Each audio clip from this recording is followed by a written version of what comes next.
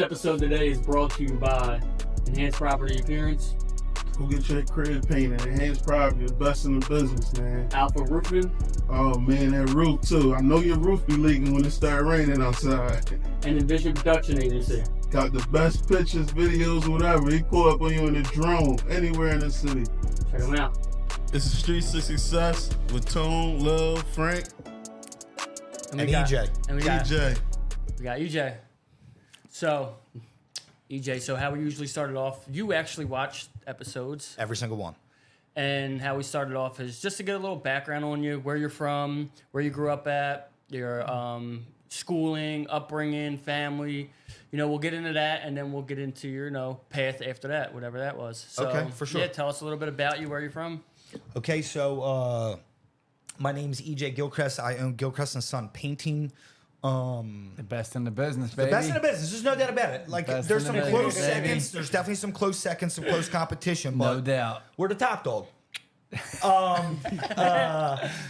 So I'm the last of 10 kids. Super crazy, dynamic family.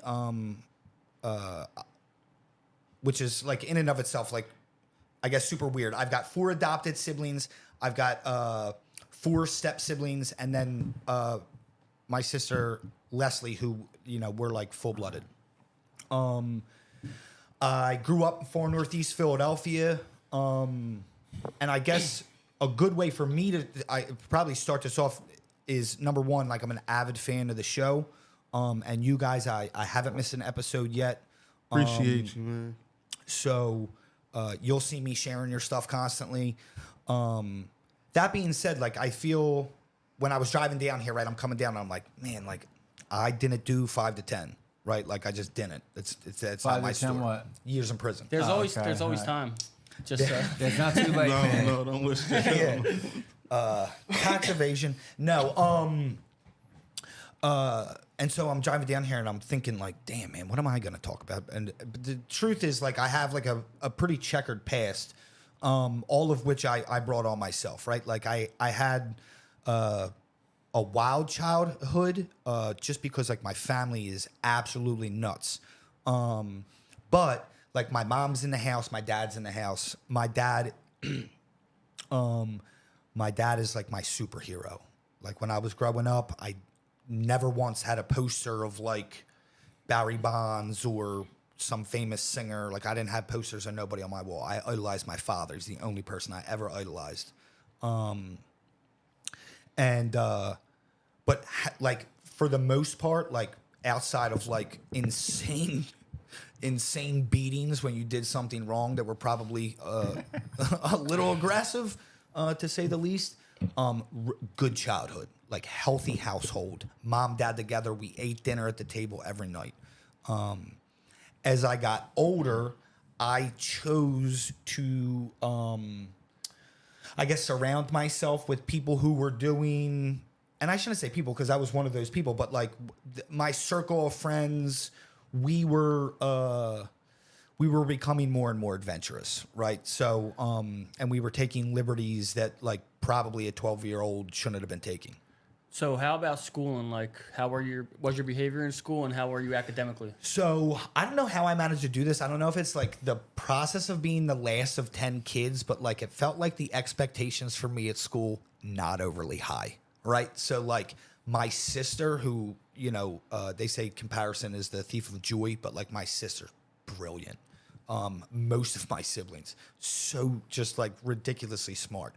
But, like, when you're the last of 10 kids, right, like, they're just kind of happy that, like, you're alive, like, they're not checking on you where you're at. Like, they're like, you got clothes on, a top and a bottom, we fed you, like, do your thing. Be home So, at 10. like, right. So, like, as long as I was passing, I was, like, kind of, for the most part, left alone. However, I will say this: my maybe this is important, maybe it's not. I don't know. Maybe maybe I'll figure that out some years down the line. But my parents aren't Catholic, so I didn't go to the local Northeast Philly Catholic school. All my friends did. I was sent to this very small private school, 5 Points, Cottman and Varee, called Emmanuel Lutheran, and good school, right? Good education. but it made me feel different. It separated me from the people in the neighborhood. They rode their bikes to school. They came home for lunch. I couldn't do any of that stuff. Like I had to get It up was far. Okay. Yeah, long bus ride. And that was the first time that I felt different. Like I felt that like fear of missing out kind of feeling. Well, your friends were in school and the neighborhood, so Yeah, you were, they had the alienated CYO now. dances, and they had the same teachers. And so when we got home in the neighborhood, they had already been home for about an hour and a half. I'm just getting off the bus. There are 2 games of hockey, street hockey in. And that feeling of having to get caught up, and that feeling of missing out, and kind of feeling like a little bit like on the outside, just trying to peck my way in to be a part of. And the story of and the phrase "be a part of" is like a huge part of my story, my childhood, my adolescence, and my being a young man. So you feel like you had to act out of character in order to fit in with them? Yeah. You could say that? Okay. Yeah. And that really comes into place a lot in high school. So my parents didn't want me to go to Archbishop Ryan. That's where I ended up going. We are AR. And, but that's where I told my parents, like, I'm not going to a private, one of these crazy schools. Like, I'm going to school with my friends. I'm going to play soccer there. They got a great soccer program. Like, that's where I want to go, and I'm going to go. And, I was pretty adamant about it, and, they supported that choice, and that's where they sent me. And, what was cool about that was that when I got there, I'd never been at a school with so many people. The grade school that I went to, I was with like the same 12 kids from K through 8th. When I got to high school, at that time, Archbishop Ryan, my class had like, I want to say like 800, 900 kids just in my class. And it was like a rebirth. I could be anybody. I could be anything. So you were thinking about recreating yourself? Like, I don't know if I was thinking about it, right? Like it's easy to play Monday morning happens. quarterback. It's just I just wanted to be a part of. So I feel like there were so many times where like I would have just done anything. And in many instances I did. And I think it was like freshman year of high school. I'm dating some girl and we split up, and some other boy starts dating her, and then they split up, and then she comes back to me and or attempts to, and we're up at a baseball field behind the school, and that guy, he wants to fight me. And Is this your first fight? no, not my first fight, but my most memorable one. And He won. He won that one. He definitely won that one. Let me tell you something. Truthfully, I wish I didn't. The kid was much larger than I was, and I wish that no one was there, honestly, because what happened was I won that I won that fight, and I got a reputation. Boosted He's your small, right? But he's nuts. Just don't do that. And I got to tell you, I loved it. Oh, God, I love that so much. And it wasn't who I was. The truth of the matter was that every fight I got into, I was so full of fear. So full of fear. But I would push through that, right? Because like I wanted people to think I was crazy. When we were eating early, I was telling you a little bit about like my father and what he was like. I was going to say that because you were saying the same similarities. So my father's this larger than life character, right? Like if you ever saw, and if anyone who's listening to this wants to get a reference of who my father was and like what my father was like, Ewan McGregor was in a movie called Big Fish. You watch that. That's my dad. These stories of tall tales of lighting Hell's Angels motorcycles on fire outside of the bar that he was the lead singer in the band at, and just insane things. Police troopers driving from 3 states over to lock him up, just like wheel him off, and just insane things. And my dad, to me, was like this bad man, and that was my idol. That's who I wanted to be like.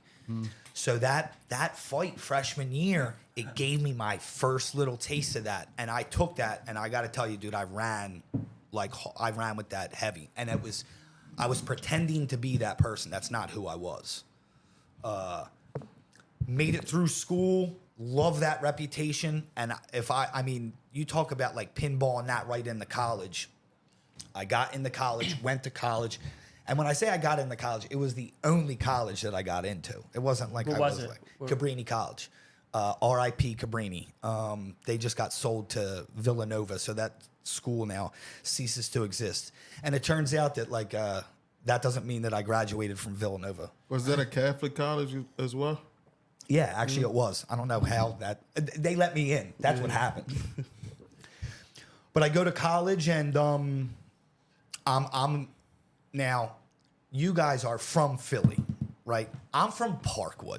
Okay, so like I got a little bit of grass in the front and the back of my house. It might as well be Ben Salem. It's hardly Philly. But the people in college, they don't know that. They don't know that. I'm just from Philly. And so you add that into my ego and I'm off to the races. I mean, I'm in trouble constantly trying to almost getting thrown out of school. And these are like decisions that throughout high school, I did drugs. And guys, on the way down here, like I have a 14 and a 15-year-old daughter, right? And I'm like, how much of this do I want to get into? But the reality of it all is like, this is who I am, right? Like I did drugs and I did a lot of them. What was your, how'd you start getting into drugs? Like Started drinking when I was 12. alcohol and then Then weed. pot, weed? Yep. And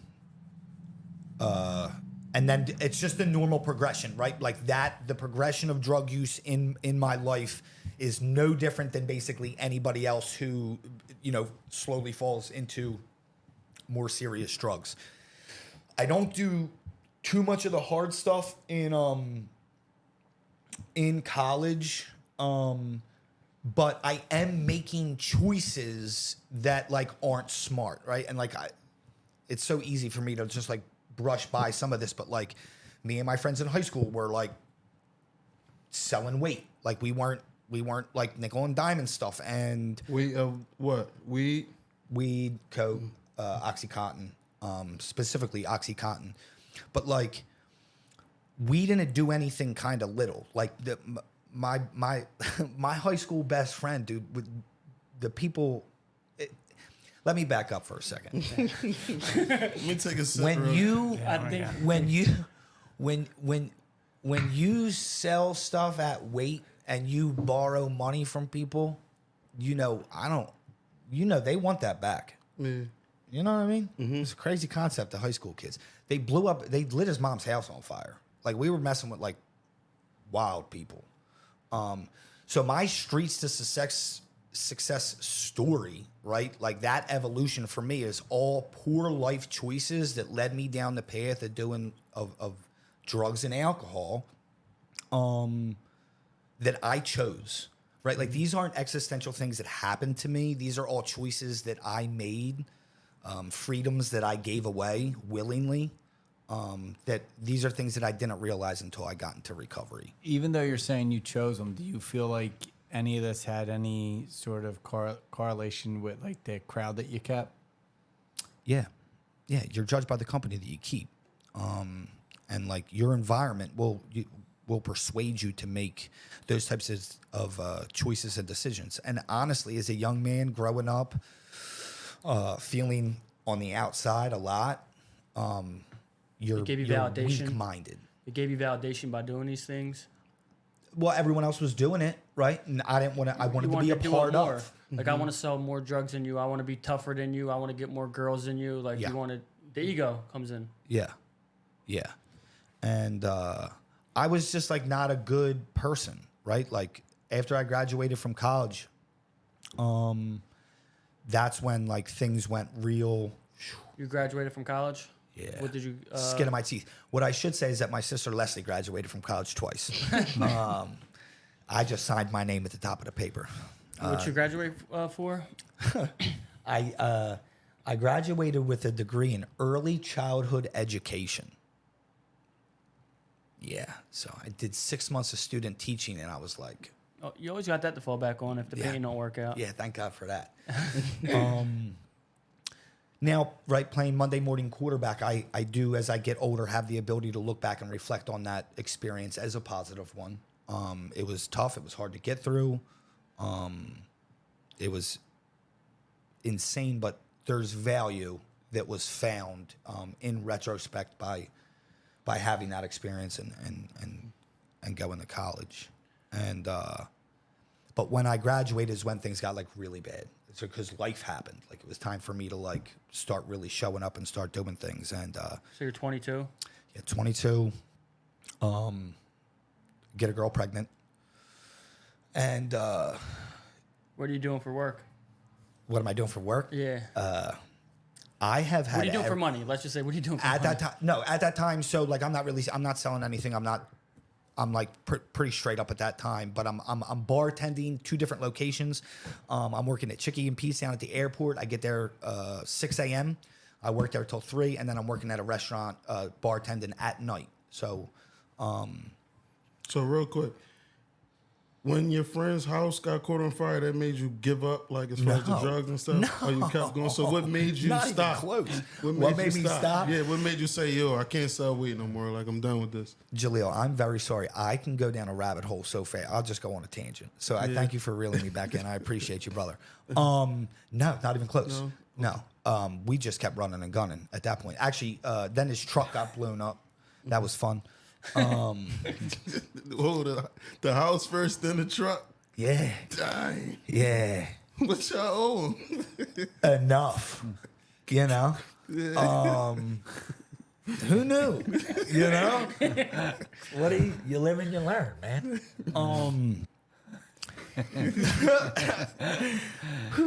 I was a bad gangster. I wasn't good at it. You know what I mean? Like I was pretending. That's the reality of it all. It's like I was pretending to be something that I really was not. Well, you had to be good because you ain't go to jail like me and Frankie. Yeah, you good enough to not You go can get out. away with a, you It was listen. good enough.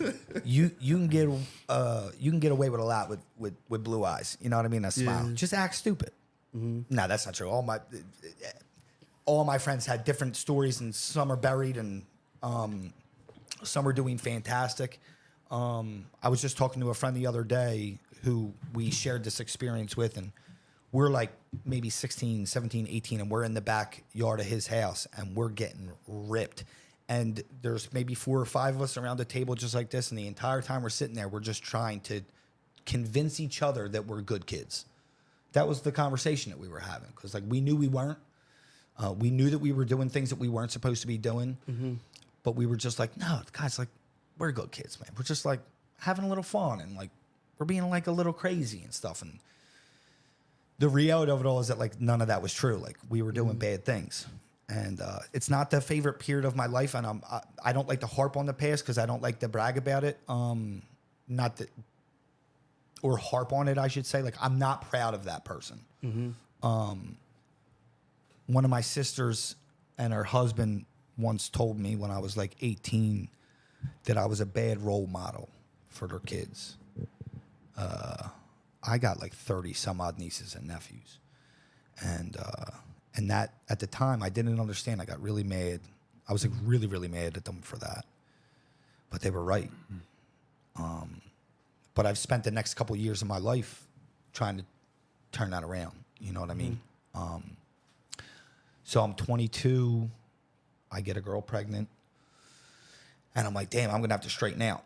So, you know, I do what every true red-blooded gangster does when they get in trouble.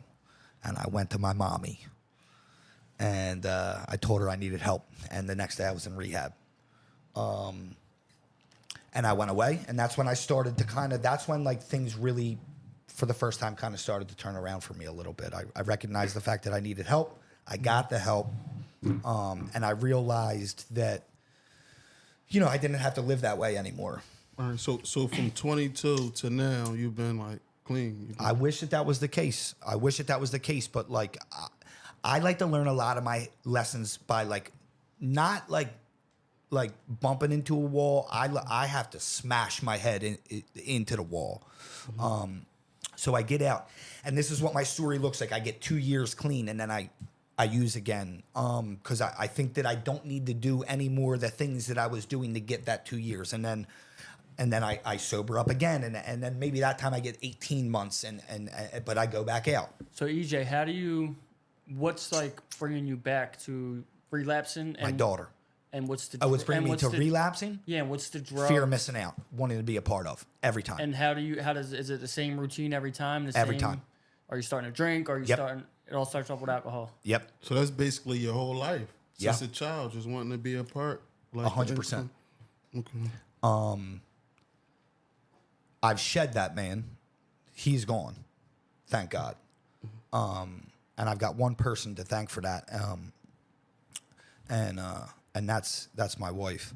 And we'll dive into that a little bit later. But that's what it looked like. In and out, in and out, in and out. And like I got clean for my daughter. And I continued to get clean for my daughter. I have the world's best foundation from a family standpoint. My dad was nuts, but he never missed a baseball game. He never missed a soccer game. He was always there. The best mom, the best siblings, and they've taught me everything. So I knew that I was going to be a family man. Like I was going to do whatever I had to do to like take care of my daughter. And I split from her mother. That's been tumultuous. It's still going on 10 years later. But shortly after I split from her, How long were you relapsing on and off for? Like what? pretty much the duration of the time that I was with her. 10 years? No, 5 years. 5 years? Okay. Yeah. So you're 27 now. If we're getting into your story. Yeah, 27, 28. Yep. Okay. I split from her, and then I made what could only be considered the single greatest decision of my entire life. And that was I found a woman walked into the bar that I was working at. I knew that absolute second that I saw her that I was going to spend the rest of my life with her. She was so far out of my league, it wasn't even funny. I asked her to go out with me. She laughed at me. She said no. And I asked her to go out with me again. And she said no. She said, I think we can be friends. And I said, I disagree. Like, we're not going to be Put in the friends. friend zone. No. And we've been together ever since. And she's my rock. She's my foundation. She... You met her when you were 28? Yeah. At a bar that you were working at? I was working. So you're in recovery working at a bar. Yep. How's that work? Easy. I was there for money. Yeah. Complete separation. So right? did that you stuff doesn't already bother me. like shed that man you were talking about at the time you were working at the bar? No. Not yet? No. I was in the process. I was trying. Okay. Right? Like, one of the crazy cool things about being in recovery and then having the opportunity to come out on the other side is you have an opportunity at a young age to live many lives, have a rebirth, have regrowth, become someone that you didn't think that you could be through practicing the 12 steps. And then most importantly, and I think that this is just like a good general rule of thumb, I have the world's best woman, man. Like, with her, there's nothing I can't do. How many years was it going on since you've been dealing with her at the time? I've been sober. No. So when you was 28, you've been sober since you was 28? Yeah. Okay. No, I'm sorry. So there was we were together for 2 years. Mm-hmm. I had a hiccup. I wasn't a runner. Like, I didn't like use and run. Like, I just used and came home. I was like, oh, here I am. Okay. Like, just So what are you using? Oxycontin. Using Oxycontins. Eventually, I developed into some harder stuff. Yeah. You know? And there's like a funny story is when I'm 25, I'm working at that bar where I met my wife, and this guy comes into the bar. They got this big party of people with them. And this dude is dressed to the nines. He's driving a Jeep SRT. At the time, they were like brand new. The SRTs had just come out. And like you could hear this thing coming to the parking lot. And he was always dressed impeccably. And at this time, I'm serving tables, I'm bartending, I'm working construction, I'm doing odd ends. And this guy comes into the bar. He hears me talking with some patrons at the bar. And he leans over the bar. He hands me his business card, and he says, I think you'd be really good at what I do. he became my very first mentor that wasn't my father. His name's Tony G. and Petro, and I will forever be indebted to him. He handed me that card. He asked me to send him a resume. I said, dude, I don't have a resume. Like, I'm a mess. I don't have any of these things. And he said, look, I need you to put some formalities onto a piece of paper is essentially what he was asking for, and send it to me. And I'm going to hire you because I think you're going to be good at what we do.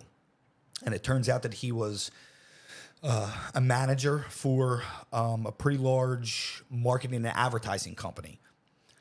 And they hired me. 2 weeks later, I was in a training class in Marlton, New Jersey. I had no idea what I was doing. I was completely lost. You know, I was wearing, you know, a $75 suit from Men's Warehouse. And these guys are dressed in like legit, like Louis, Dolce & Gabbana, Ferragamo shoes. Tony, I know you still got them shoes wherever the camera's at, dude. And that man mentored me and like literally changed my life, because I was probably most likely just going to kind of stay in that scene. Who knows for how long? It's because you were probably making good money. You were comfortable. Yeah. It was. Yeah, my ex worked there at the time. It was like a convenience thing, right? Like I didn't have to change anything. I had enough coming in that like I could pay the very small amount of bills and live the very mediocre life that at the time I was living. And you're around different people too. So it's like you won't feel comfortable doing the old things that you were doing too, probably. Well, after I got sober, I couldn't be around the people that were using, because that wasn't going to work. Yeah, right. You know? And but then once you start using, and this is a super weird dynamic, once you get clean and sober, if you make the decision, people very rarely talk about this. Once you make the decision to go back out, you've really ostracized yourself. You've cut yourself off from now everybody. You stop talking with the people that you grew up with because they were using. And so you went and you found this new circle and this new group of people, and you got clean with them. You became friendly with them, and you started hanging out on the weekends and doing everything with them. Well, then when you decide to pick up again, you just cut all them people off. You think they're just going to welcome you back with open arms? Also, they're under the impression that you're clean and sober. So you can't just like roll up to the corner Bob with them, and they're going to be like, what are you doing here? You're supposed to be doing like on the straight and narrow. So now you're secluded and alone. That's not a place that I like to be, because I like to fit in. I have the fear of missing out. I want to be a part of.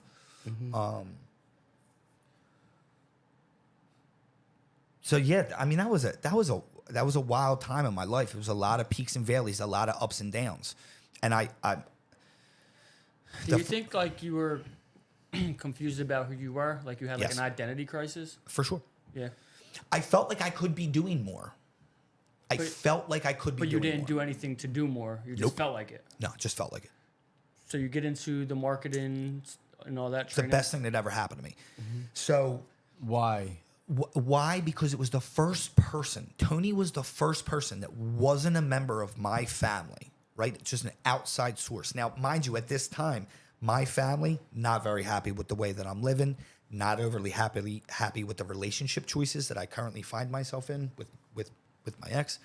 And Tony was the first guy that saw something in me that I was unable to see myself.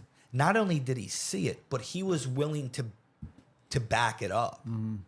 He was willing to give a kid that literally did not deserve a shot under any set of circumstances. I did not belong in the room with these people. He changed my life. Yeah. Forever. Because there's the lessons that I learned from there, I carry till today. So at that same time, I'm working there, and I'm doing well. I mean, if Tony tells me to do something, I'm doing it. I do not question him under any set of circumstances. The only reason why I left that job was because we were making so much money. This crew was making so much money that the only way to stop paying us out on these commissions was basically to cut the head off the snake, and the head of the snake was Tony.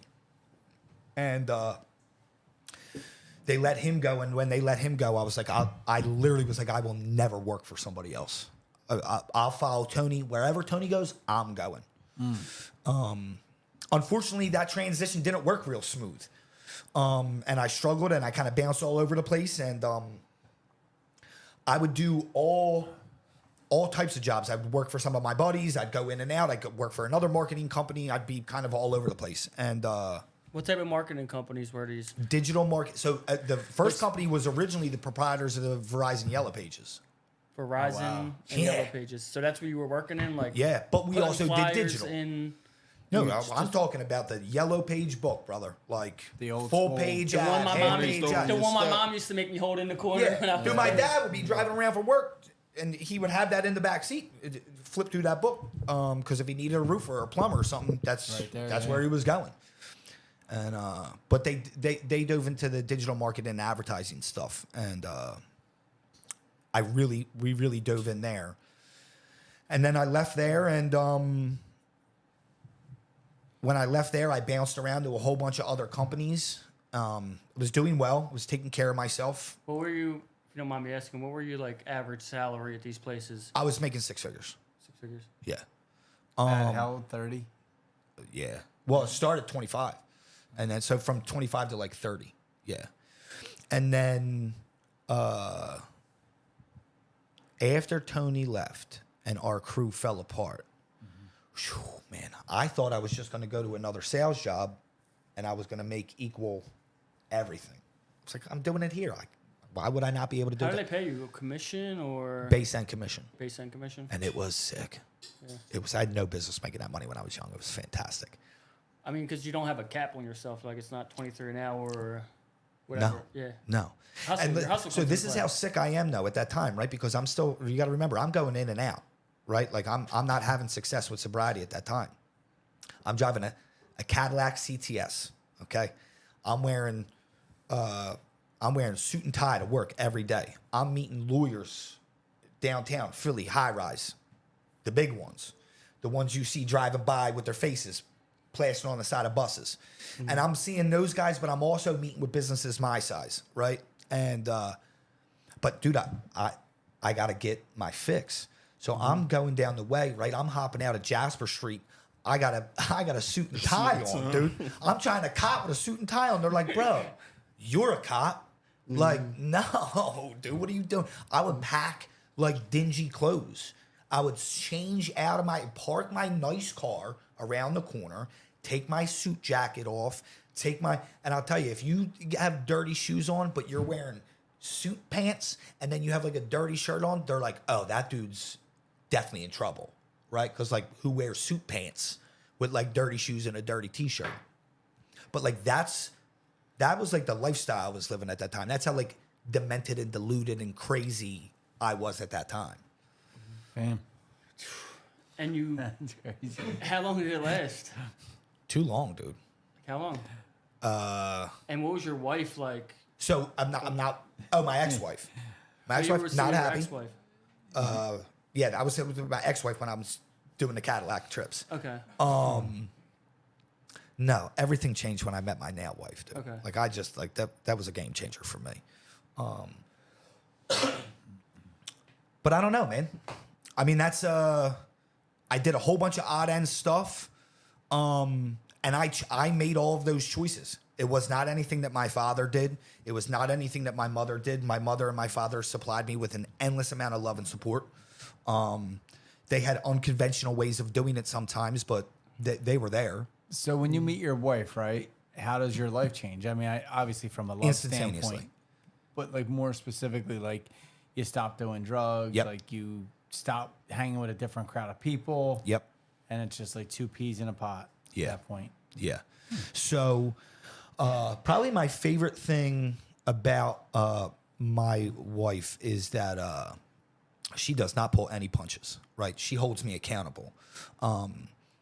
She, very much like Tony, is someone who saw something in me that I did not see in myself. And she believed in me. She supported me. You know, when I couldn't rub two nickels together, she was working. She was grinding. Right? Like we're like legit team. But she calls me out on my shit every chance she gets, and I need that. Even today, I want to do something new business wise. I want to venture into something. She'll be like, hey, You said 2 weeks ago you were going to get these flyers made up. You were going to send out. What happened with that? Where are they at? Why didn't you do that yet? What are you waiting on? She holds you accountable. Yeah, and then some. How do you decide? So from the marketing and everything, how do you decide to transition into like your own business? And how do you double down on yourself? Okay, so you know, like I said before, like I go through these rebirths, right? And like you've experienced this, right? Like you went through a rebirth, you went away, you had He's to actually self-evaluate. pregnant again. He's getting ready to that's birth not nice, again. man. He's looking swole as hell. Listen, I don't want Jaleel swinging on me. Right? Like Frank, you went through this, right? Yeah. Like you go away, and you have to self-evaluate. You have to make these adjustments, and so you can't tell me you've only done it once in your life. None of you can, because this is a new podcast. This is a new venture. You're all doing this right now. Yeah, that's how Right? you learn too. You learn from your past rebirths too, as Yeah. well. Yeah. And so, like all those crazy odd end jobs that I had throughout the years, past relationships, past friendships, situations with my father, I steal everything I can from these people and from these situations, and I carry them in my day to day life now. And I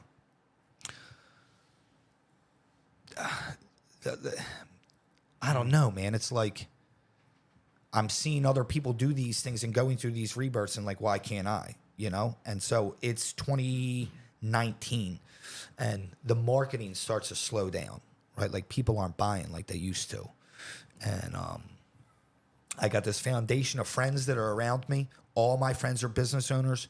And like these are dudes I'll go to war with. I'll take a bullet for any one of these dudes. Joey Root and Eddie Root from Roots Plumbing, Jim from Jim Kerfoot from JBK Construction, Mike Saravo from Four Seasons Total Landscaping. I needed money. I called my buddy Jim. He owns a construction company, and he goes, "You can come to work tomorrow." And he gives me the address. This man paid me to dig a hole that was not needed. There's no reason for me to be there. He did not need the hole dug, but he was going to put me to work for the day, and he was going to pay me for the day to make sure that like I had money, I was going to be able to like feed my kids. And I got tired of being tired, right? Like I'm now so reliant on the success of an industry or whether or not somebody does or does not want to buy something from me. And my buddy Joey's like, EJ, we all own businesses. Are you under the impression that like we're not making money? Like you think we're all just out here treading water? Like you can do this. You were born to do this. Mm-hmm. And that's another person in my corner with that accountability pushing me. I believe in you, seeing something in me that I'm not seeing in myself. Mm-hmm. And I took a side job. Actually, well, we got time. So We got time. I end up calling my buddy Mike Saravo. He owns Four Seasons Total Landscaping. And I call him on a Thursday and I go, I think I'm going to open up my own business, dude. Like I'm doing these side jobs. I'm working on the weekends. I'm making pretty good money. Like I think I'm going to open up a painting company. While you were still doing marketing? Yeah. So marketing and then... Yep. And then doing that on the side. Okay. I don't work there anymore, so I don't mind saying every so often I would take off on Friday and get a jump on that weekend work. Was this 2019 you said? 2019. 2019. Yeah. Wait, and what made you choose painting too? Okay, so question. I'm so happy that you said that because I have zero experience in painting. My father was a general contractor. I grew up swinging a hammer, but I thought painting was going to be one of the easiest ones I thought to break into. With a paintbrush, a roller, a tray, and some drop cloths, I know I could sell painting someone's bedroom. And with that equipment, just that equipment, I would be able to do a job. Mm-hmm. Right? Mm-hmm. My insurance off the bat would be on the lower side. So this, I don't know if you guys recognize the name Four Seasons Total Landscaping. Yeah, they're on State Road, kind of- right? yeah, they're on State Road. They're kind of a Philly icon now. Yeah, they're big. Yeah. So I call him on Thursday. I tell him I want to open up a painting company. Saturday, this dude's got Rudy Giuliani having As a the- Trump press conference in his backyard of his landscaping company. Okay? Was that like a was? Did Giuliani go to the wrong spot? Wasn't the story? No. No. Because the news twisted it like he was supposed to be at the Four Seasons Hotel and he went to the wrong spot. No, that's not what happened. And Okay. this is one of my most favorite things in the world. My two buddies are working at. Mike owns it, and my buddy Mids are working there. And like through loose connections, right? Like the family like knows some people who are helping the campaign. And they want a safe location, and they don't want to be in the city because the city in 2009 at that time is nuts. They're not trying to go into the city. Trump accidentally tweets that he's going to be at the Four Seasons Hotel. It was an accident. He's clearly never heard of Four Seasons Total Landscaping, a commercial real estating company out of, Northeast Philadelphia. But so they have this press conference there. This turns into the news story of the century. So Mike calls me, dude, camera crews, everywhere. This is the back of a landscaping shop, right? Like, It's crazy, yeah. right? Well, the appearance of the back of this shop, it looks like the back of a landscaping shop. Mike calls me on Sunday, and this is how important it is to have good people, good quality friends in your corner. I called this dude on Thursday, said I wanted to open up a painting company. I think I'm going to do it. Saturday, he holds this press conference. The back of his building, the front, the back, the side, it is everywhere. It's on the news in Europe. It's world every news. newspaper. It's world It news. was. Okay? The back of his shop looks terrible. Calls me on Sunday. EJ, need the back of the shop painted. He didn't even think of calling somebody else. His boy said he's going to open up a painting company. At this time, I do not own a paintbrush. I don't own nothing. I own nothing. He let me come down. He bid the job. He gave me the job. I was off the race. I never look back. That's awesome. Never look back. It's a great dude.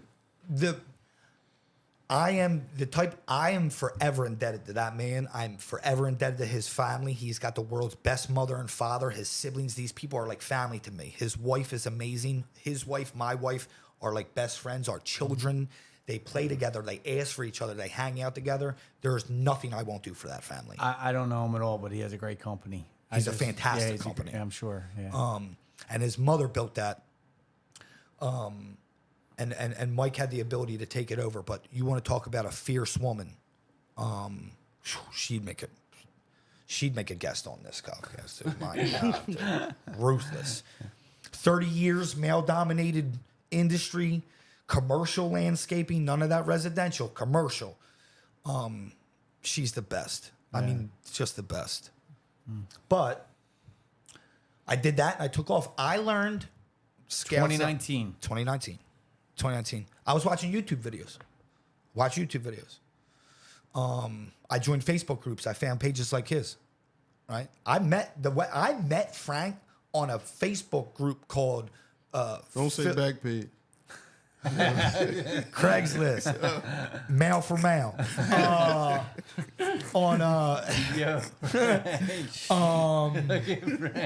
Dude, why Frank, you why's your have to face so pay? red, dog?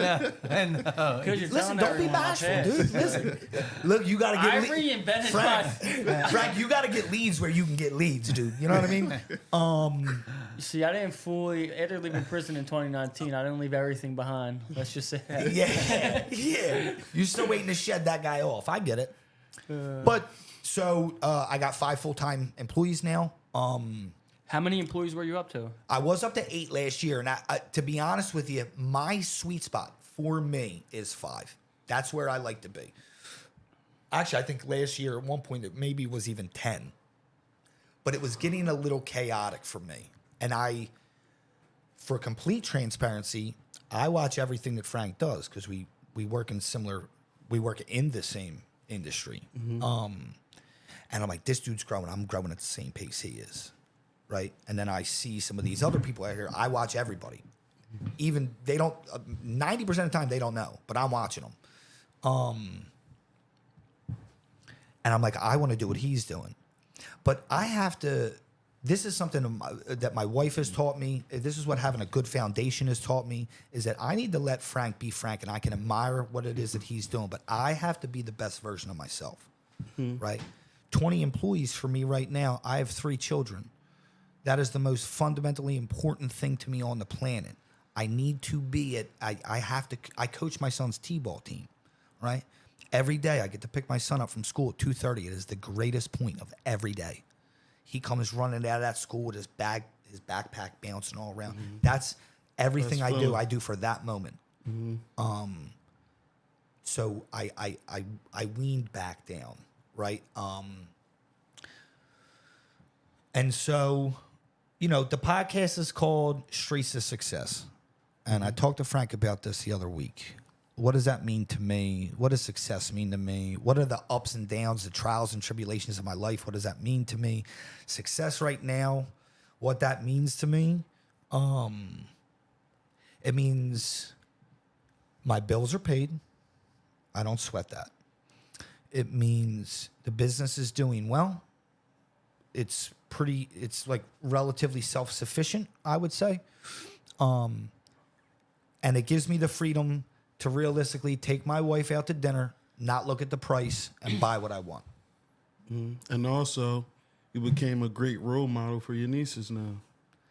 Yeah, so to bring some of that full circle, I think if I could define myself with one word, it would be resilient. I'm like that. What's that toy that's like weighted at the bottom and you punch it and it comes back up? Oh, yeah. That's me in human form. I mean, I have been kicked down, knocked down, ran through the mud, drugged through the courts, battling over my daughter. I've hit obstacles. I have done it wrong twice before I've ever done it right, always. But I just keep coming, man. Maybe I get that from my dad. I don't know. But I just keep coming. I will not stop. But the only reason why I can do that is because I have the most remarkable foundation on the planet. If it wasn't for my wife, I would do none of these things. She holds everything else down. That's it. Point blank. Right. My children support me. If I post something, my daughter Gia, she reposts. She wants me to succeed. What greater gift can you teach, right? That's our family unit. As you grow and sometimes when you grow, your circle becomes smaller, not bigger. And then depending on, when your circle becomes smaller, those people want to see you succeed more and more and more. Tony, I'm so happy that you said that because I have this fear of missing out. I just want to be a part of. That's my literally up until I'm 28 years old, maybe 30 years old. That's my life story. This dude probably never slept at a party. You know what I mean? Like, you didn't want to miss nothing, like a family party and all. They're like, man, he's still up. Yeah, that was for sure me. You said you don't want to miss Bro, out like I've been 20 times. I've been sober 8 years, right? Congratulations. Nothing goes in this body. Congratulations, that's Thank you very awesome. much. Yeah. This is me on air, man. I'm just high energy. This is how I am. But I'm happy that you said that point because before I met my wife, everyone was my friend. I called everybody my friend. I would bring people over to my house when my wife and I first started dating. I would bring people over to my house. I'd be like, "Oh, that's my friend Rich." She'd be like, "EJ, I've been with you for 2 years. I never heard of this dude. Who is Rich?" At best, he is an acquaintance. She taught me how to reel that in. I'm not for everybody, and not everybody is for me. Not everyone has my best intentions in mind. And also, not everyone has the worst intentions for me, but that doesn't make them my friend. Right now, I would say I have the world's largest list of very good acquaintances. Friends, 2, maybe 3, right? And I'm talking 3 a.m. call. I'm stuck. Let's go. I need you now. No questions asked are going to be there. These 3 people, something happens to me, I know for a fact that my wife and children they won't have to worry about a thing ever. That's all I need is those 3 guys. You think you were trying to get everyone to like you before? Yeah. That's why. I think I was trying to get me to like me, man.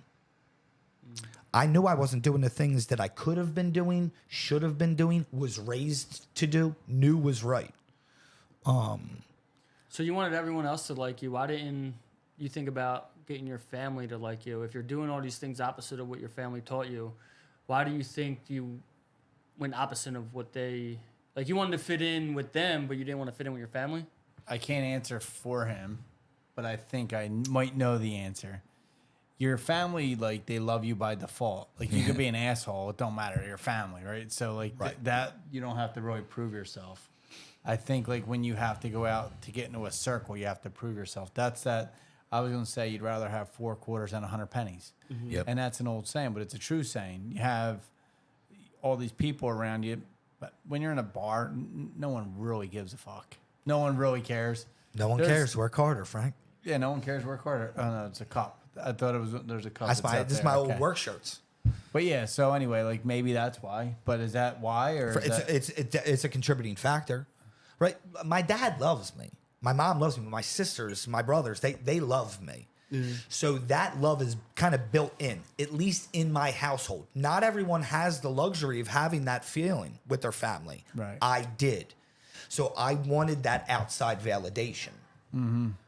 None of you felt that? You didn't feel that at any point in time? Like you've never...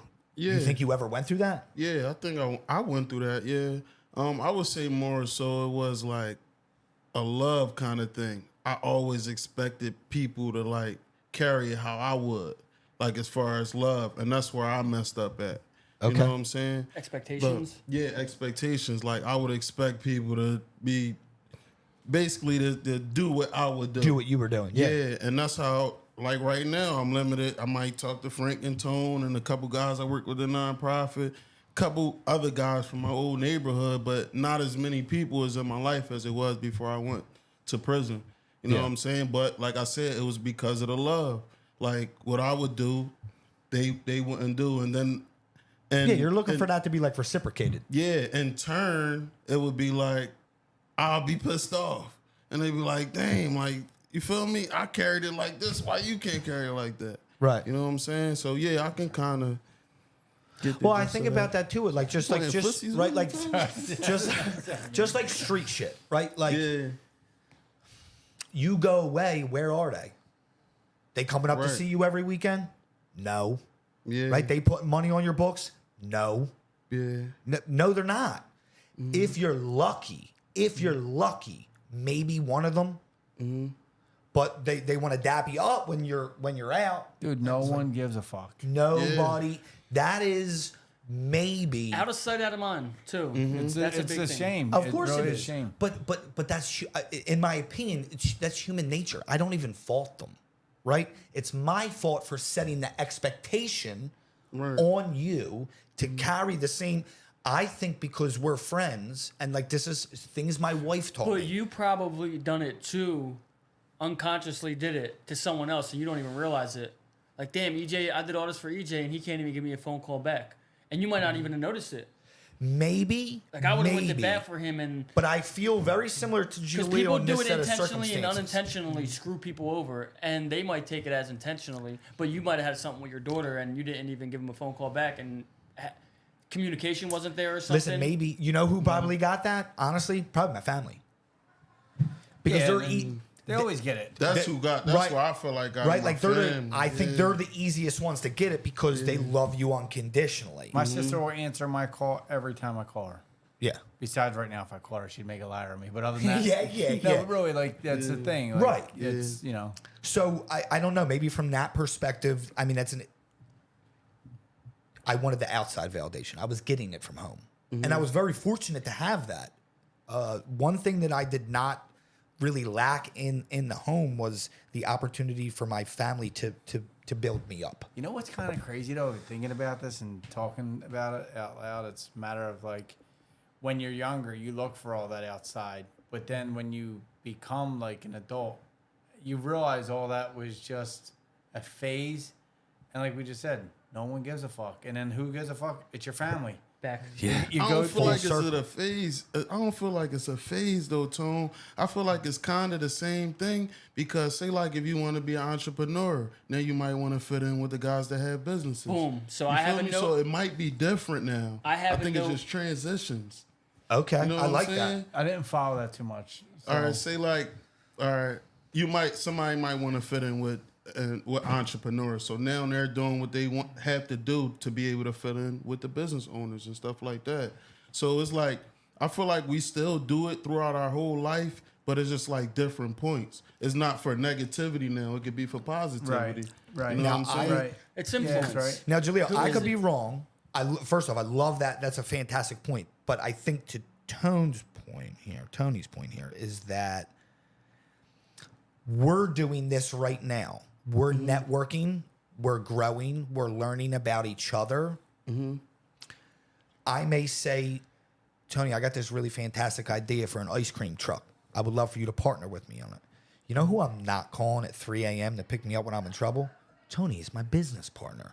I'm evolving my circle from a entrepreneurial business standpoint, but I still got them 3 bad motherfuckers in my pocket who I'm calling. Like that different scale relationship, maybe? Yeah, I Am I feel like wrong? I don't know. Maybe. Right. It's kind of so. But I do understand, like but birds your of a feather flock together. Your social circle is different though. So you want to fit in at the bar, you're going to hang out with drunks, right? Right. You want to fit in Right. with business owners, you're going to become a business owner. Yeah. Right. So that's what Lil's saying is you're always trying to fit in. Like, and if you're not, you're probably going to go home, go to work. If you're fitting in at work, you want to be the Sometimes best we employee. don't realize it though. Like you want to know be a what I'm great saying? employee. That's a like, good point. when you Yeah, walk yeah. into- I get that. Yeah.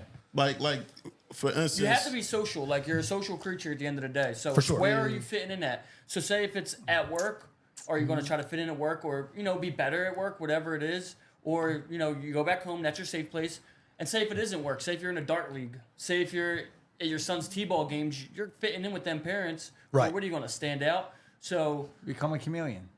become a chameleon, Your but colors change when you're here, when you're here, when you're here. But right? I think like EJ's, even his story is, as I see him growing, and the path that he went is he wants to get around people that are like-minded Yep. and that are trying to grow, and that have the same values as him. Because them people that he's naming probably go home to their family every day. They're probably not running to the avenue. They're They probably not all- running to the bar. Every single one of these people have a successful relationship with their wives.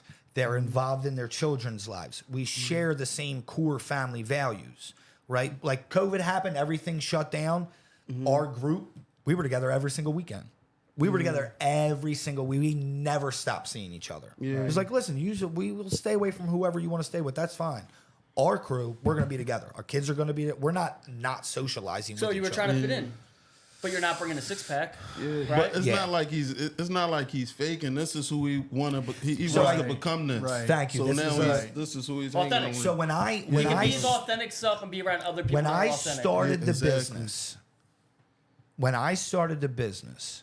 and went out on my own and I put everything I had on my own shoulders, it was the first time I felt like free. Regardless of the stress, we all know the stresses that are involved. When you are him, you are the business is you. Right. They're inseparable of one another. I couldn't have been, it was like shedding 30 years of just dead lost weight because I felt like this is really truly what I was born to do. My father was my role model. He wanted me to go to college because he didn't want me to swing a hammer. That's all I ever wanted to do. I just wanted to be him. Right. He's an exception. He was the most brilliant man, so smart. He didn't get the chance to go to college. That's why he wanted me to do it. Right? He didn't have, I think he had his first job at 11. He'd never finished school. Right? And I remember going to some family parties and some extended family came over and they would belittle my father, the extended family. And they'd be like, oh, you're not educated enough to know that. My father was the smartest man in basically any room that he walked into. His ability to retain information was off the charts. His background in carpentry was in historical restoration. There's no blueprints on that. You go in, you look at a motif on a wall, and you have to create that. Chisel, hammer, you're drawing that up. You can't just flip through a book and learn how to do that. He's brilliant. But they would insult him because he didn't have a piece of paper, and he didn't want me to go through that. I would have loved to save the money, stay home, not go into debt. You know, I've got my own opinions on I got my own opinions on college. I'll keep them to myself, but I don't know, man. Like, life has a really weird way of bringing you to a place like this. If you would have told me 5 years ago, EJ, you're going to own a painting company, I would have been like, you are high. Like, it's just not. How has the painting company been for you? Like, starting this particular business and the stuff you ran into, I ran into plenty of it. But what has the painting company taught you, and then just being in business for yourself taught you? Okay. So it's like two-part question. You could go like from painting and then from a business owner standpoint. Okay, so what was the first part of the question? Because I have ADD. What has the painting, like what have you learned in the painting world? What have I learned in the painting A world? couple of things that are important that you probably would have never known until you picked that brush up or started that first job. Okay.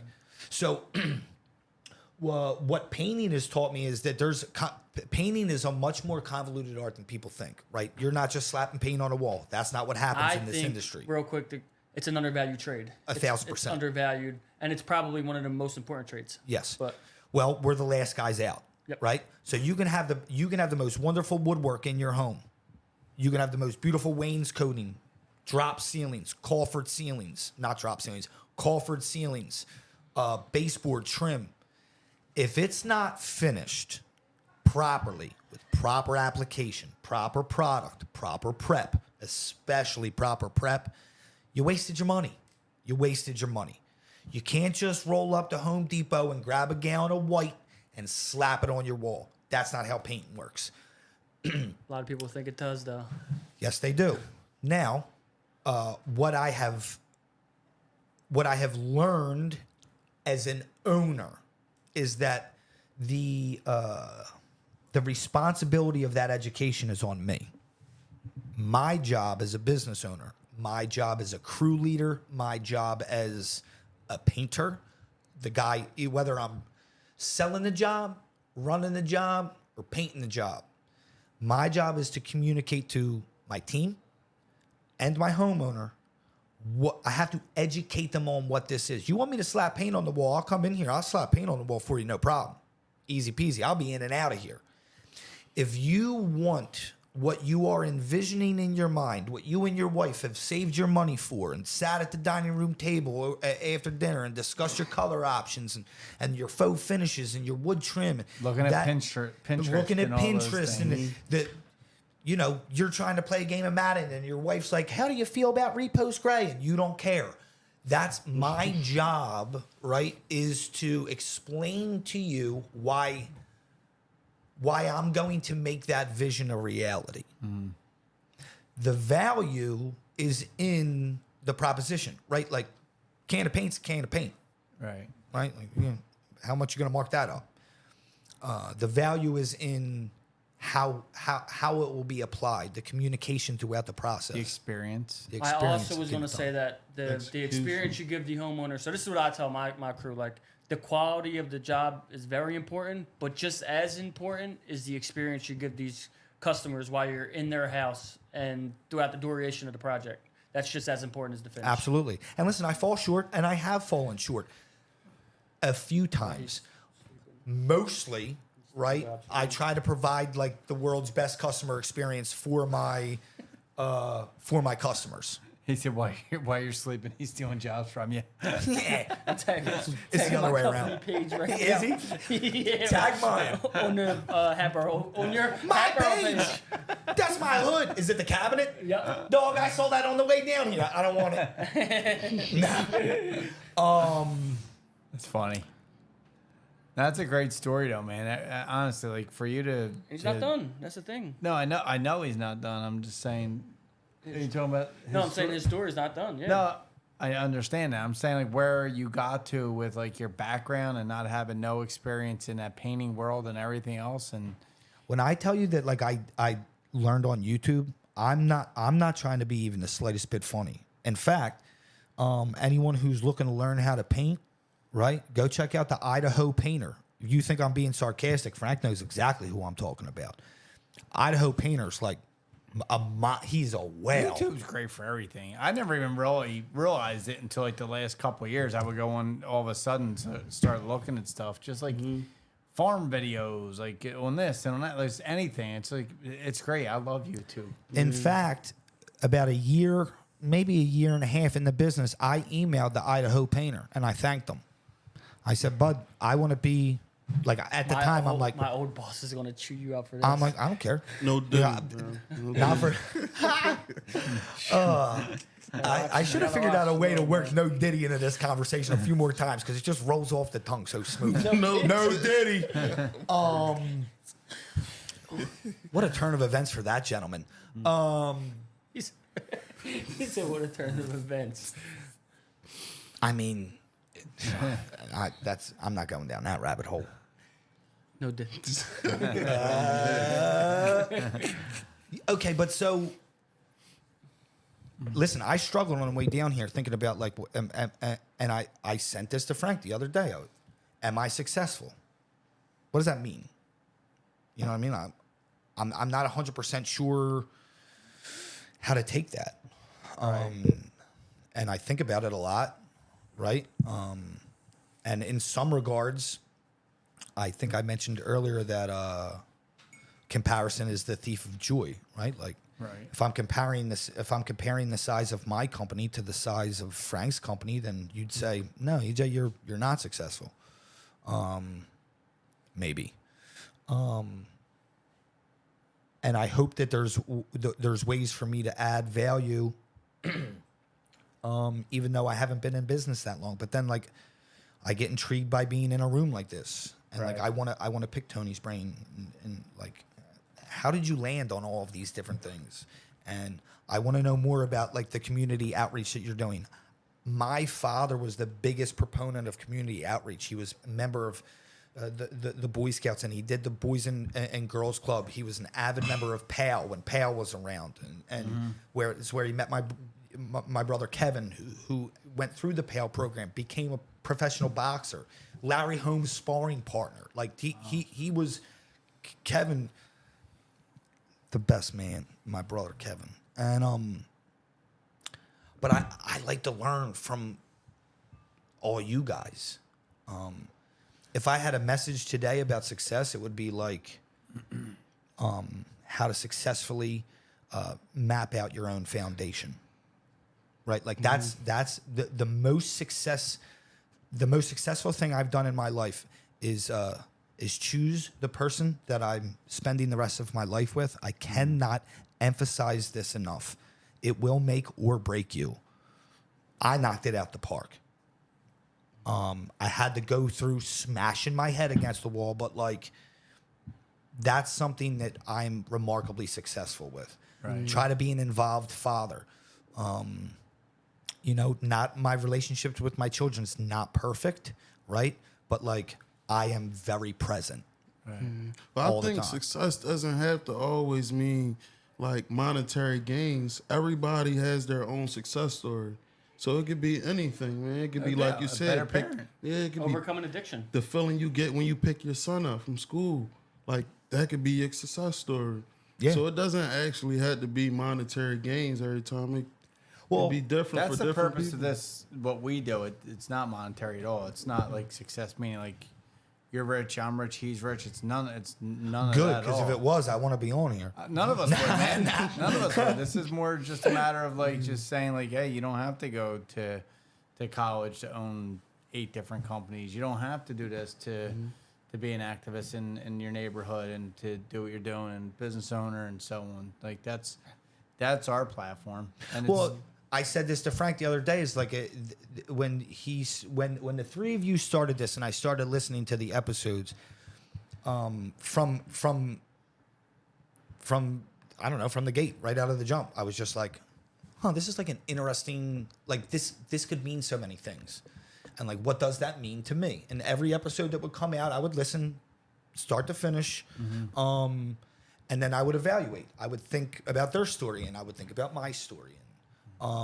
If I said that I didn't visualize myself in this seat after the very first episode that you did and know everything, that would be a lie. But it was always from a standpoint of like, would I make a good guest? Do I have a compelling or interesting story to tell? Is my life story, even in these little snippets, is it worth sharing? Right? Like, I think you have a lot more. Like, I mean, I would hope we can do another whole episode because I feel like you have a lot more to share with people We didn't even listening. get into and- like marketing. Like, there's a lot to get into with you, EJ. Like, bro, there is. the marketing thing is my baby. Yeah. I mean, that's where like I get to like I get to be a lot of myself, which is fun. I'm obviously long-winded. I like to talk. I'm not overly shy. Right. And I like finding creative ways to market the business. Right now, I'm doing so much content. Truthfully, and I know, listen, people are going to see me putting out content, and they're going to see my content. And I feel like a nerd a lot. Like, here I am setting up my camera, and I'm shooting my video, but, like, Your phone's ringing. phone's ringing. So it Right. goes back to the beginning. Who cares what people, right. right? Like, who cares? Do you think, like, Do you know how Yes. many people like criticize me for starting a podcast? Oh, Like, dude, it's got to be weekly. Like, It's daily. Oh, we got grounded up on Scoop Off. it's because you're doing something different or doing something they want to do. So to them, it's weird, or to them, it's not cool.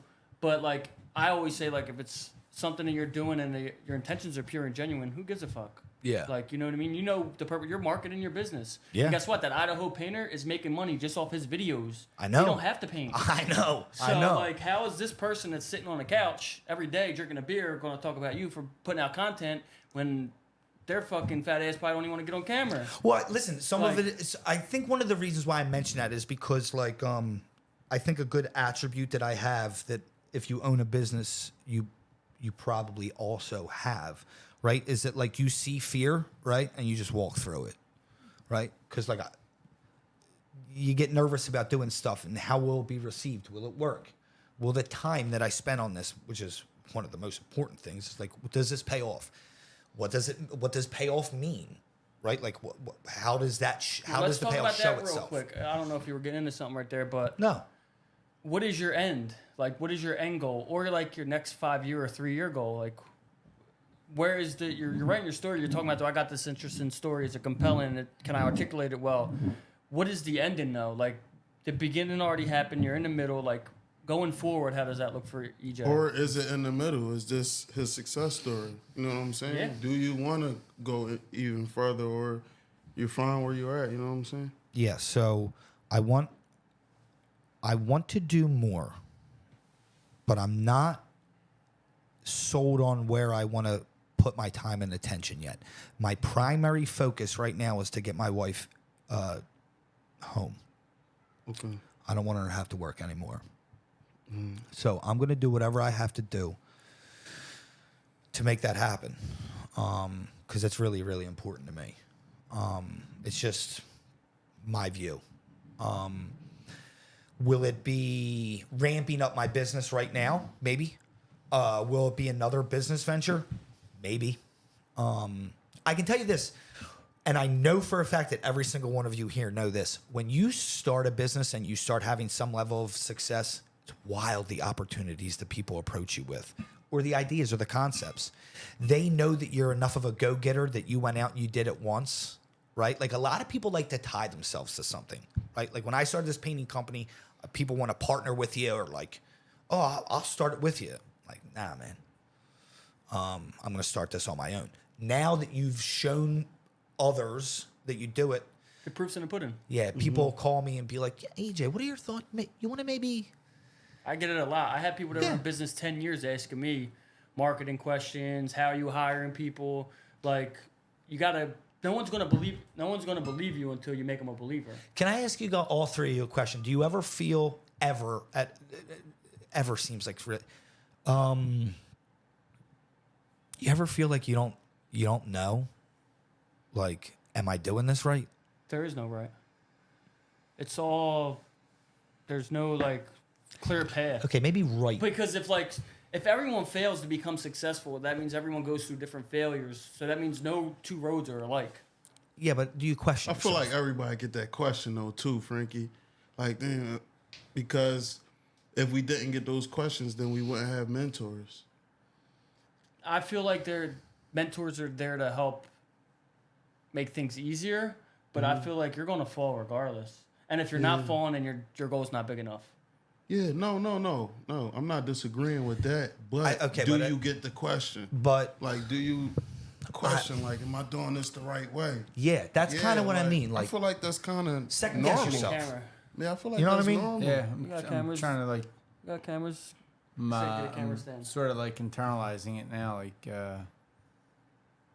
I think everyone does that. Especially, it's like, it's not the starting point; it's the middle. yeah, Because that's shit. where you, like, it's that old, if it doesn't challenge you, it won't change you. So, like, if the business doesn't become challenging, then, in my opinion, if it doesn't become challenging, it's sort of like, it's easy. And, like, when it's easy, it eventually does, like, it. I feel like easy things Not fall intrigued easy, with too. it no more. Yeah. Not They rewarded. fall easy. It's like, Well, maybe. Okay. When did you start your first company? my wife and I started a company back in 2018. Was like flipping houses. Okay. 2017 it was, yeah. Okay. So when you first started doing that, everything was new, right? It's the first time, so it's new. So it's exciting, right? So I feel, and it's just like me, but like that first year of business, oh my God, electric. You know what I mean? Just like I was every day, could not wait to tackle it, to get every job, on to the next job, sold another job. Like it's exciting, man. Like it's really exciting. And year two, I'm growing. Maybe you're growing, right? And you're doing it more. And then year three, you're like, I'm hitting some strides here. Year four, you're like, oh, all right, man, this is like, but it's different. Like everything in the beginning was so exciting. It was new. Painting, it's painting, right? Like it's not, painting that house is not new, right? Like it was when year one, it was like, I'm getting a call for a bedroom. I'm getting a call for 2 bedrooms. I'm getting a call for a garage repaint or 4 bedrooms in a hallway. And then it's like, oh my God, I got my first full house. And then it's, you know what I mean? Yeah, but maybe you got to a point to where you didn't continue to challenge yourself and grow. So like, then it becomes not just painting a house, it becomes growing your numbers. Like, okay, I'm doing this. It's like, Yeah. man, now it's like, I want to do this. And like, you start to stretch goals and maybe like challenging yourself to do more jobs and grow your team and stuff like that. Like, you're working in the business. I say this all the time when we talk, but you're working in the business originally, and then you work on the business. Yeah. So like, if you're still in the business, you're only going to make so much. You're going to do so much. When you start to work on the business, you get to see it from a different perspective. Frank and I were very close. He was working in the business when we first met, right, Frank? Yeah. And we talked and talked and talked about like growing, and like you take a step back and you get to look at your company from a different lens when you're not in the room like with a paintbrush and stuff. It's like now you look at the other guy who's painting, you're like, man, he's not doing that right. You're looking at his hours. He's in here too much. He's not doing this. He's not doing that. And then you start looking at your company and you start looking at your profit, and then you start looking at your margins, and it's like, man, maybe I'm not getting enough on these jobs. Maybe I got to do this. So Yeah. I think there's like a progression. It's like you start the business. That's that. Oh man, it feels great. I was able to hire a guy. We got 3 guys. We're making, man, I made $800 this week. And then like it just grows and grows and grows. But you got to grow with it. Yeah. You got to grow, you got to outgrow it actually. So here's my question to you. I'm at a point, I think, right? I believe that I'm at a point now where, like I mentioned, the business is pretty self-sufficient. I sell the jobs. I do my estimates. I sell the jobs. And my guys, I get the best guys on the planet. I love them to death. They really are top tier, right? When was there a point in time, or did you have like a feeling or an inclination like, I'm at a point now with my business where, yes, I'm working on the business, not in the business, which is where I feel like I'm at right now. But now I'm comfortable to navigate the project 2. I'm comfortable to navigate to project or business 2, business 3, if that makes sense. Like there was I guess it's hard I feel like it's hard to say, like, yeah, there was this definitive moment, but like, because I do want more. I want to retire my wife. I don't want her working no more. I want her at home. Get something different. I would grab a second investment property, a second opportunity that would supplement whatever she was making. Okay. And it's not like my wife hasn't worked in a long time, and it was that I had a day job. I worked at Comcast for a lot of years, and we started flipping homes. Yeah. And then, then I got to know whatever else I was doing, whatever else. So your day job and what you're doing will let you live the life that you're living now, comfortable or just get by. When you do these side partnerships and stuff like that, or like ventures, then it's like, oh, wow, like now I could buy a shore house. It's like, right. Wow, now I could, like, it's supplementing, you're getting these different streams. You get everything to pay for different things. Streams, so, yeah. Well, because I find that, like, I look at guys like Frank, and I admire Frank and what he does. And, obviously at this table, I've spoken to Frank a lot. Sure. And I'm, getting to meet you guys and talk to you two really, truly for the first time right now. But I watch what he does, and I admire what he does so much. A lot of it based on his character, right? But I see what he does in such a short amount of time. And while I understand that comparison is the thief of joy, I also Frank pushes me in a way that Frank doesn't understand, right? Which I love. I agree with everything you said. The only thing I would say, and not Frank personally, but some people get the places you say in a short amount of time. This dude might work 18 hours a day. You might work 9. Oh, I'm sorry. No, I don't do want. work Thank 18 you. hours. Right? Thank you for that. So, I would never discredit his hustle. God knows this No, man that works. was actually a compliment for me. But I'm just Yeah. saying, like, you, and I'm not specifically talking about him. I'm saying in general. No, but there's a you lot say- of we've seen them, we know them. They're on our newsfeed. I look at guys like Frank. I look at my guy, some of my buddies like Joe or Joe Root or my buddy Nick, real estate agent, monster. The guy is an animal, Nick Rail. They have this like trait about them, right? That's like I don't know. I don't want to, like, I'm not Yeah. trying to cut you off. I'm just thinking, like, sometimes when people compare or look at someone, they don't realize, like, we're down here at 6:30 in the morning. I'm talking about my roofing company. Frank's going through his painting. We're here for 3 hours. 1 in the morning, we're looking at the numbers of our businesses. We're looking at like it's around the clock working. You know what I mean? It's not just like from the outside, people just see like us driving by. It's like, oh, they're always at Posting lunch. food, yeah. Yeah, posting food, eating. Oh, like, yeah. This dude's only eating all, but like this killer mentality that we have, all of us, is like. But that's kind of exactly my point, though. But when It's you like- surround yourself with killers, you're a killer. You surround yourself with 4 Fit in. killers, you're going to be the 5th. You Yeah, surround yourself that's with 4 shitheads, you're going to be 5th. That's true. Can we just make that point earlier, Yeah, though? It's but like you get around killers, and eventually you're going to There become is a level. killer I'm going to because- tell you this, dude.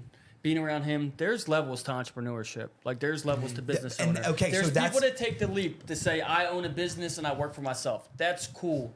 You don't got a boss. But when you're trying to like leave generational wealth behind and you're trying to take it to a level that no one in your family ever seen and no one you grew up with ever seen, that's when it's like your brain starts working in a different way. So this is- but and this you is- start doing things that these people wouldn't understand. Like, Yeah, but this is kind of my point. You're a dog, right? My boy Nick, right? The dude is a dog, right? Like there's realtors, and then there's this dude. He's an animal. When I feel that way about myself, right? You put me on an estimate toe to toe with anybody, I'll go toe to toe with anybody, big, small, I don't care, including you. Give me the smoke. I want to do other things, right? When I don't, like, when do you pull the trigger? When do you when did you know that you were like, all right, I'm going in, I'm doing this now? Or did you just take the leap like you took it the I first just time? always have my next 3 moves in line. My next 3 to 5 moves is what I tell everyone. I know it's time. And I could get into some things now, but I'm not giving up all my secrets. When's it going to be time to buy another truck and hire more guys? When's it going to be time to buy that investment property? When's it going to be time to expand into maybe in a whole other industry? It's called strategizing and planning. Yeah, you're like, as bad as you want to be a killer and a hustler, you got to sit back and play chess sometimes. Yeah. You know, and be patient Yeah. and scope out like your next moves. You got to make time for that, and you got to wholeheartedly believe it, just like you believe the initial jump that you made. So so like one of the reasons why I mentioned that like about Frank, or I mentioned like the tenacity and the work ethic and the thing like my buddy Nick or my buddy Joe is that like I guess Frank answered the question, right? Like there is levels to this. Like I know Nick's in other business ventures, right? Like I know that about him. He's not just doing real estate. Like he does other things, and maybe I'm asking some of these questions because I want to learn, but it's like I feel like the painting for me, my painting business has gotten to a point where like I don't know, it's running well, self-sufficiently. Maybe it's time to now some of these other things that I'm considering. Maybe now's the time to pull the trigger. You know why what I not mean? double down there? Yeah, this is the thing. Get 10 painters. And multiply it. we're like an hour and a half in, so we're gonna Yeah, wrap we're- it up soon. But this is the thing that I learned We're an hour and a is half in. whenever it gets like that for me, like it is right now, and I feel like things are going well. Like it's self-sufficient. Things are back on track. I'm making money. My dumb ass always is like, it's time to expand into kitchens and bathrooms. Like we're gonna go all in and hire 5 more people and get 2 more trucks. Like I literally just said that the other day, and they're like, "Fuck it, I'm with you. We've been through some shit the past couple months, but let's do it." And then it's like I love chaos because I feel like I have to operate in chaos. I take the time to step back. I do love chaos. I take a step back and like try to breathe sometimes, but I put myself right back into position, whether it's a flip house, whether it's doing tile and backsplashes, which we never did in the beginning. We were just painting. I always have to add something on because it's like you get this thing and it's like a one of them Rubik's Cube, boom, and you figure it out. And you're like, that one was easy. Where's the next one at? It's you like know you what I get mean? that feeling when you finally accomplish it. Be like, I could do whatever. What's the next dragon to slay? You're always going. There's always going to be the bad guy, and the bigger the bad guy, the bigger you feel, the better you are. And now, like, I'm not going to go and I might start a lemonade stand. Who knows? But I'm not going to go backwards at all. Like Right. I'm only going to keep going forward. Yeah. But that's because I overcame what I overcame already, and I have the confidence, the experience, the skills, and I became a different version of myself to get to where I want to go. Yeah. But EJ. Yeah, It's this fun is having great. you Listen, here. I This is apologize great. for the hour and a half. I did No, warn you're everyone good. I was long-winded. No, this is actually good All that it right. was an hour and a half. It was actually good. It was good. Yeah, Yeah, no. we have to do it again. So Well, you gave me a cup of coffee. I We could go for normally do another 40 45 minutes, minutes. so we did this. Yeah. This is a good run. Yeah. No, it's awesome. I appreciate you coming, man. You think Great Khalil's getting story. hungry again after the hour and a half? Who? No doubt. Wait, who? Or Jaleel. I'm sorry. Khalil. Sir, it's alright. It's alright. Yeah, is he hungry? You talking about I'm probably Khalil? hungry. My sister's getting me a cake for my niece's birthday right now. Let's I'm go. gonna Of course get you real can. quick. I gotta go to the bathroom real quick. Dennis.